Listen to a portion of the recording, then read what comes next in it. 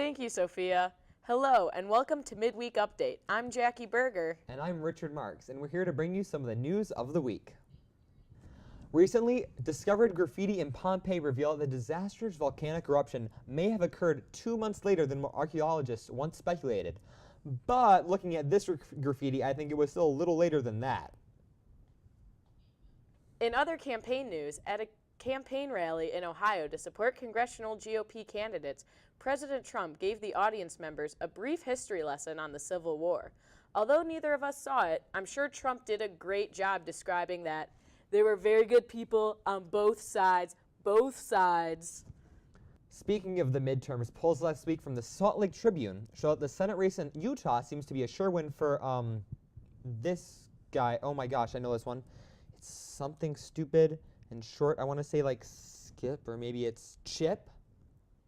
Pretty sure it's Skip, or maybe it's Skippy.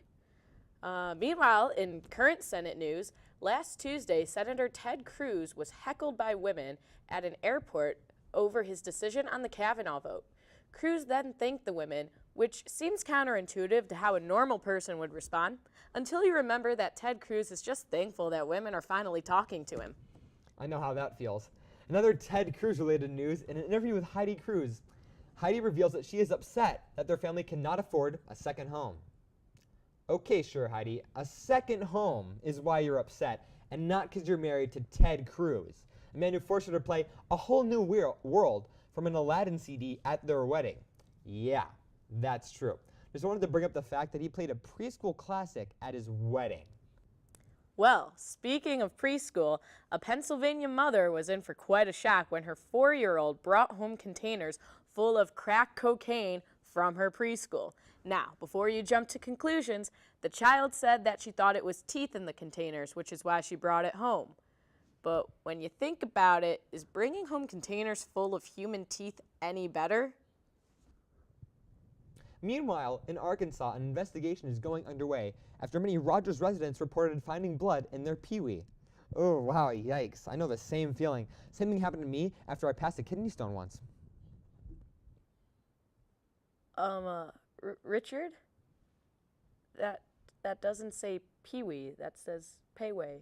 You know, like the fast food chain? Oh, right, sure, yeah, I knew. I was making jokes because, like, we make jokes on this show, and it was a joke.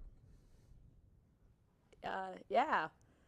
Well, okay, in other food-related news, cops in San Bernardino County, California were praised last Saturday for heroic work in capturing an escaped pig by luring it with Doritos. Oddly enough, that's the same way my roommates lure me home after a crazy night at Skeeps. Speaking of crazy nights, folks are speculating that first daughter Ivanka Trump and her husband Jared Kushner may have accidentally published their Spotify sex playlist in preparation of their upcoming wedding anniversary. The songs on the playlist include All of Me by John Legend, When I Was Your Man by Bruno Mars, and Jar of Hearts by Christina Perri. Wait, that can't be right. Who gets fucked to Jar of Hearts? Well, one thing that is going to fuck us all is global warming. A study by Nature Plants claims that the price of beer could skyrocket due to shortages in barley thanks to global warming. When asked if he would stop drinking beer due to the rising prices, one man said, "I drank beer. I liked beer. I still like beer." Yikes, the future sure sounds scary. Speaking of which, Spotify is in some controversy after a Spotify ad was deemed too scary for children. Now, I haven't brought myself to watch this ad, but what could be scarier than a preview in the sex life of Ivanka Trump and Jared Kushner? Speaking of Kush, and turning our news over to our northern neighbor, weed lovers in Canada rejoiced as last Wednesday recreational marijuana was legalized. According to the reports, Canada made it an entire hour with legalized marijuana before someone was arrested for driving while high. Really, Canada? Only an hour before someone was stopped for driving and smoking? That's weak. This person better have a good excuse. Okay, yeah, that makes sense. The craziness in Canada continued as weed retailers in Canada started running out of supplies only a day after legalization. Whoa there, Canada, hold your horses, or have your Monties hold your horses.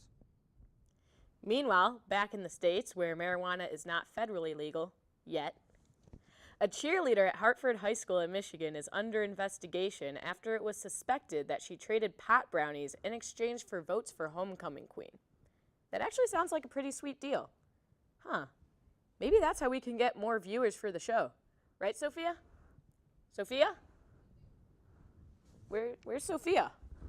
I have no idea. Sophia? Sophia? Sophia? Do you have a moment of your time? Can I have a moment of your time? Hey, can I have a moment of your time? Hi, do you have a second to talk about student programming? Sure. Okay, awesome. Would you watch my show if I were to maybe like offer you an illicit favor? What? Like no, like a pot brownie. Would you take a? Hey! Oh God, not this guy. Oh my God, Sophia, we talk about this every No, week. I swear they're just No brownies. pop brownies. How many times? Just I have to tell you? brownies. All right, let's go, ma'am. Let's go.